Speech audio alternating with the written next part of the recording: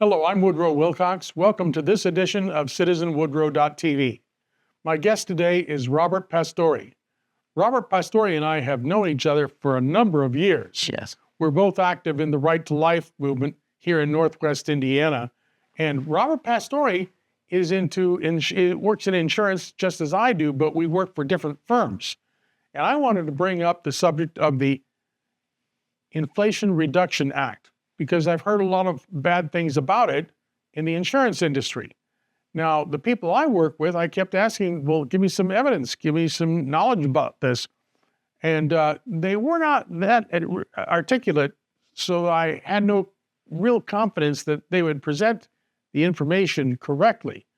But when Robert and I were at a Right to Life banquet in Porter County, Indiana recently, we talked about it, and I found him to be the most knowledgeable and articulate person in insurance to explain the problems with the Inflation Reduction Act.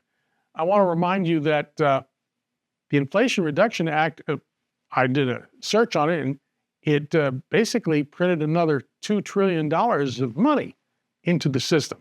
So how can you reduce inflation if you print another $2 trillion of money? And I'll tell you what was concerning me, because I'm not an insurance agent. I'm an insurance administrator at our agency. The insurance agents were saying that come January 1, 2025, many people who have a Medicare Part D plan will find their premiums jumping from, say, $28 a month to $58 or $88 a month. And I said, well, explain that to me. And they said, well, that's going to happen. So I just was concerned about it. It seemed to me they brag that insulin is going to be reduced to no more than $35 a month, but I don't think the federal government voted to make dipping into money from other sources that. I think they have actually just shifted money around and are making the senior citizens pay higher premiums for their Medicare Part D plans, because I could reduce prices on insulin if I made everybody pay a higher amount for their monthly premium. And Robert is more knowledgeable about this than I am. And I wanted to present the best person that I could find who is both knowledgeable and articulate on the problems with the Inflation Reduction Act. And by the way, Kamala Harris cast the tie-breaking vote in the U.S. Senate. That is correct. She did. And I believe that the only ones who voted for this were Democrats. Yes, no Republicans voted for it. Yes. So that's it. Right. And it's very political. So this was the last piece of legislation, significant legislation, which Joe Biden passed. And that was 2 years ago, because that's the last time he had a Democratic majority in Congress. Yes. And after that, since the Republicans have taken over, he hasn't had any significant legislation passed at all. Right. And that piece of legislation, probably one of the largest spending bills of our lifetimes. And $2 trillion. It's shrouded in fraud. The name alone is fraudulent. Yeah. As you said, when government spends money, they're really just printing money. And when they print money, they cause inflation. Now you have more dollars chasing the same amount of goods and services. That's right. Which devalues the currency and creates inflation. So by definition, government printing of money is inflationary. Mm-hmm. So they've created inflation. And regarding Medicare and 2025, so I'm an insurance agent. I wear a lot of different hats. I do financial consulting type work, as well as Medicare and health insurance. And the name of your firm is Safe IRA Solutions. Safe IRA Solutions, right. And which town are you in? I'm in Highland, okay, Indiana. I have a small office in Highland. So regarding Medicare, I went to the rollout meetings in the last couple of months for the Medicare Advantage plans. I'm a broker, right. So I write for United Healthcare and Anthem and Cigna and all of them, Humana. And it was interesting to see the doom and gloom around the room from the executives from these companies as they presented us with the plan offerings for 2025 at these meetings. And it was really one gentleman from one of the companies who most clearly went into what was behind the doom and gloom. They were calling this the Great Reset for Medicare. You don't see that anywhere. You're not hearing that on television. Nobody's talking about that except people in the industry on the inside. So they see what's going on. And particularly with prescription drug plans, as you mentioned, roughly 1 out of 5 people in the last year hit their true out-of-pocket costs for prescription drug plans, which was $8,000. And once they had paid that $8,000, then they paid, I think it was 5% of that's what's called catastrophic coverage at that point, then they paid 5%. So part of the Inflation Reduction Act had the 750 long act, by the way, page long act that you can't even read. One portion of that regarding prescription drug plans said we're going to lower the true out-of-pocket cost from $8,000 to $2,000 starting on January 1st, 2025. If 1 out of every 5 of those people on those plans was hitting that $8,000 mark before, you're talking about a significant amount of money, millions and millions of people times $6,000. And then the Inflation Reduction Act says the insurance companies basically have to eat the majority of that difference. So in other words, it's forcing insurance companies to pay something that the government was paying before. Is that correct? Or consumers. Okay. And not all consumers, just the people that were utilizing the plan to the point where they hit their true out-of-pocket costs. Which happens. And before this, people had other ways to save money on name brand expensive drugs, which is what gets you to that point anyway. Yeah. And they could appeal to the makers of Eliquis, for example, which is a name brand expensive drug, and other name brand drugs. And most commonly, they would receive some type of voucher from the company to get their drug for free or for almost nothing. Yeah. So, and that's very common. A lot of that was income based, and those were good programs for people, and they came from the private sector and not from government. Right. And when things come from government, we see some unanticipated negative consequences, which weren't really meant to happen. Sure. And for our firm, let me interject. For our firm, the agents told me that they calculated out that one major Medicare Part D company that we've helped get coverage for our senior citizen clients, one of those companies said, we're not going to pay you for any new business you bring us, any commissions for new business, and we're not going to pay you any residual commissions for the people you are repeating with us. That's WellCare. Yeah. Mm-hmm. Yes. Well, I know. Okay. I'll Anyway, say their name. I'm not afraid. Happily. well, anyway, so our firm plans to lose $600,000 because of that. And that's a mighty blow to an insurance agency. Our insurance agency, I believe, is the largest one in Indiana for senior citizens. We have over 22,000 clients. And for us to get hit by a major Medicare Part D firm saying they're not going to pay any commissions for new business or for old business anymore, that just hits us right where it hurts in the wallet. Well, there's another impact as well. So in addition to the freestanding prescription drug plans, there are over 50% of people on Medicare plans are on Medicare Advantage plans. Yeah, right. Typically PPO or HMO plans.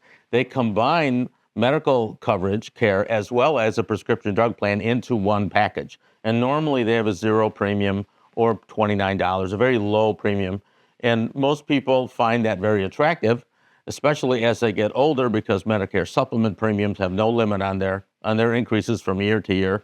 And when you started out at 65, only paying $95 a month, suddenly at 85, and I've seen this, $450, $500 a month. So in annual costs, you're looking at over $6,000 when you add the prescription drug premium on top of that. That's right. So when you can get a Medicare Advantage plan, which has a maximum out-of-pocket cost of maybe $3,200 or $4,100, it's cheaper for you, worst case scenario, to have that Medicare Advantage plan than it is to have the Medicare supplement as well as the prescription drug plan. The impact the Inflation Reduction Act has had on the Medicare Advantage plans is this. Because the insurance companies have to absorb the $6,000 from 1/5 of their members, they have to make up the difference in other benefits somewhere else. Now you're seeing co-pays rising. Certain plans did away with the vision benefit on their plan. Some plans made co-pays higher for specialist office visits. I've seen a big increase in hospital co-pays from typically around $200 a night to $400, so they doubled. Okay, if the insurance companies don't make up that difference somewhere else, their plans will not meet the requirements of the federal government to offer the plans. So they have to make up that difference somewhere else, or the federal government is going to say, you can't offer this plan because your expense ratios are off.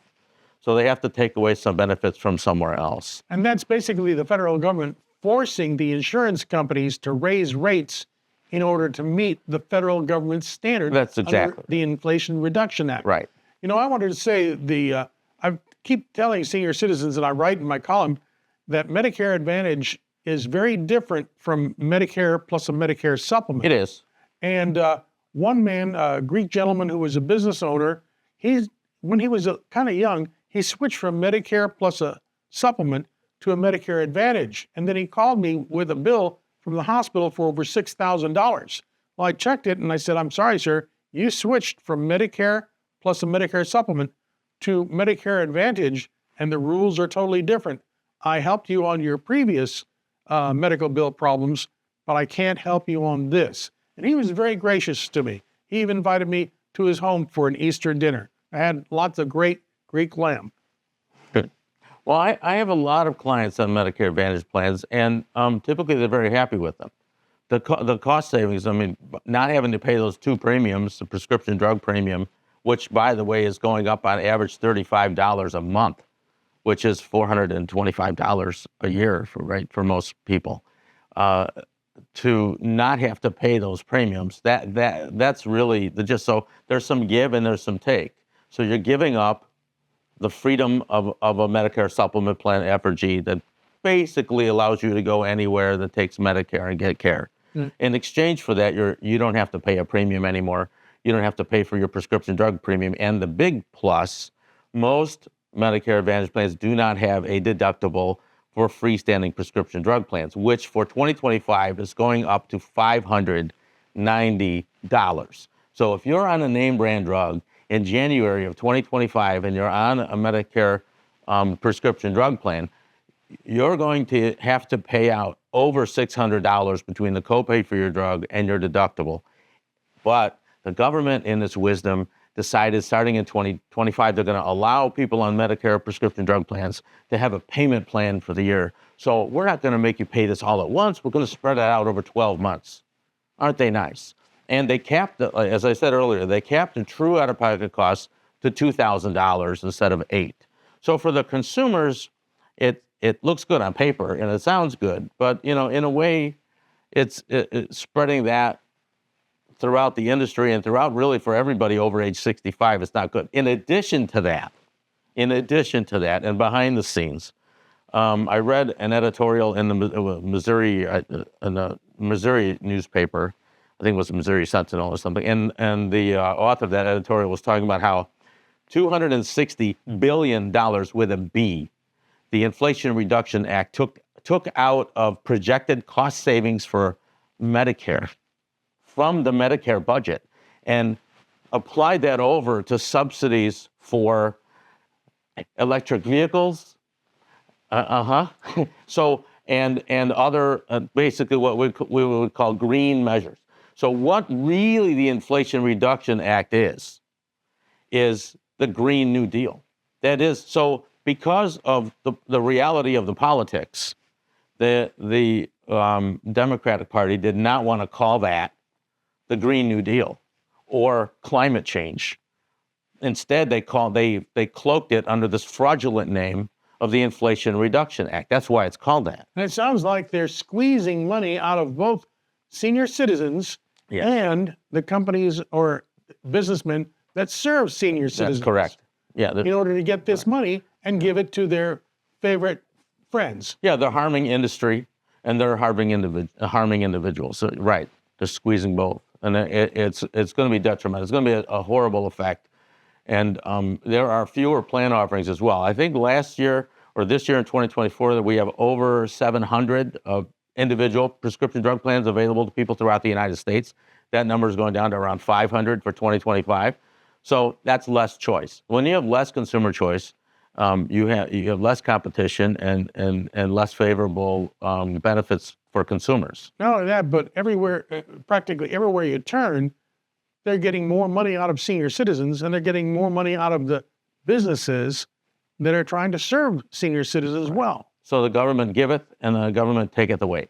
So they get a small cost of living adjustment or COLA on their Social Security, and at the same time, they're paying out more in other areas for their health care, particularly the premiums for freestanding prescription drug plans. And inflation alone has driven up the premiums for Medicare supplement plans as well. So your average med sub plan for next year has gone up to over 12%. 12%, that's a big hit on people with a fixed income. I have clients of mine now that are spending over 25% of their gross income on the premium alone for the Medicare supplement plan and Part D plan. That is not sustainable. Yeah, It's not. And now it sounds to me like the federal government has violated our amendments after the Civil War against forced servitude. Right. So slavery is illegal, and it seems like they're enslaving an awful lot of people over age 65. But they're forcing us to give up the fruit of our labor, Right. in order to get money to satisfy this Green Deal. Right. So they're taking money out of Medicare, which was already going broke. And if you look back in recent history, when the Affordable Care Act was first passed, the Affordable Care Act took $14 billion out of the Medicare fund and used it for the initial subsidies for the first year of the ACA plans. I got news for you. 2 years after a 2-year study of the Affordable Care Act, otherwise known as Obamacare, Yeah, right. the comptroller of the currency said, no, it's taken $716 billion away from Medicare. Sure. I remember because I covered that. It's a staggering number. It's a staggering number. And you've got a plan that was scheduled to go, predicted to be upside down, the Medicare monies by I think within 2 years or 3 years. This was a couple years ago. So they raised the Medicare Part B premium to $174.70. They first raised it up to $185, I think it was, then they dropped it down to $174.70. And their justification for that, which was really also fraudulent, was that they needed to cover one really expensive new drug that they hadn't covered before, and that's going to cost them so much, a Part B drug, which would be like a chemotherapy or an injectable drug, and that would cost them so much money they had to do that. And then and it was right around an election time. You see, so right before the last federal election, then suddenly they lowered that 181 or whatever it was to $174.70, and they've kept it there. And we don't even have the number yet for 2025 for what the Part B premiums are going to be. The government hasn't announced that yet because there's an election in 2 weeks, less than 2 weeks, and they don't want the incumbent to look bad. Yeah. So and that's what it looks like to me. I suspect we're going to see over $200. The experts are calling for a $185. That's what I've read as the new Part B premium. That's what they think it's going to be. I think it's going to be $200 because they're taking so much money out of the fund. Well, thank you very much for coming here and explaining all this today, Robert. You're welcome. And I just want to let you know, insurance agents and insurance companies don't make the rules of Medicare. The rules are made in Washington, D.C. We just study those rules in order to counsel senior citizens on the best deals that are available to them to help them stretch their money. But we don't cause the increase in costs. I just want you to put the blame where it deserves to be put. Well, everything we do is a reaction to governmental policy. Yeah.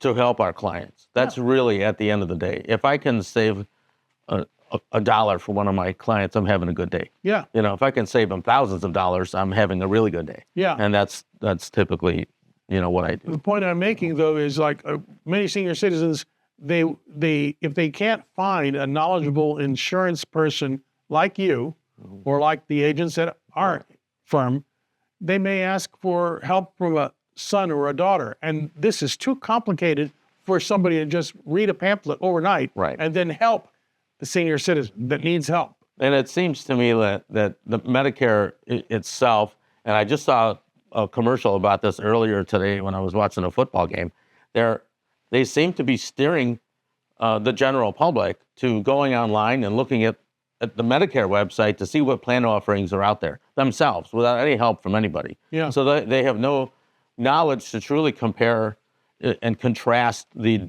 various programs that might be a good fit for them. No two people are the same. So one person, a PPO plan or HMO plan, a form of Medicare Advantage might be a great fit. To somebody else, a better fit would be an individual Medicare supplement plan tied in with a separate prescription drug plan. If they don't, as you know, if they don't enroll in the Medicare prescription drug plan right when they turn 65, after I think it's 120 days, they start to pay a penalty every month for the rest of their lives for every year that they didn't have a prescription drug plan, which comes to about $4 a month.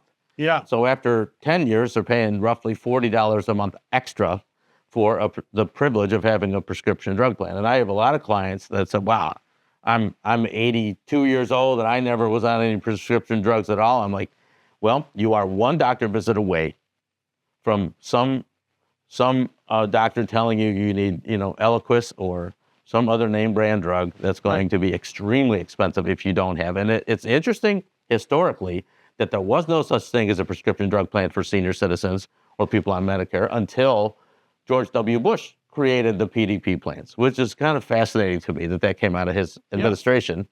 The other thing I want to say before we go on, Donald Trump had a $35 a month limit on diabetes insulins.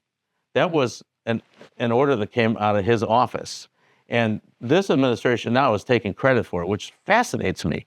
And no journalist, nobody on the news is saying, well, this is actually a plan that started during the Trump administration. Nobody's saying that, which is fascinating to me. So they're taking full credit for, what is, and, we subsidize all that research. So all these expensive pharmaceuticals, where do you think the funding for that development came from? From our pockets. Exactly.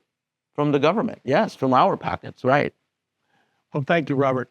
This has been a fascinating talk. I appreciate you being here. Happy to be here. And watch citizenwoodrow.tv for more interesting conversations.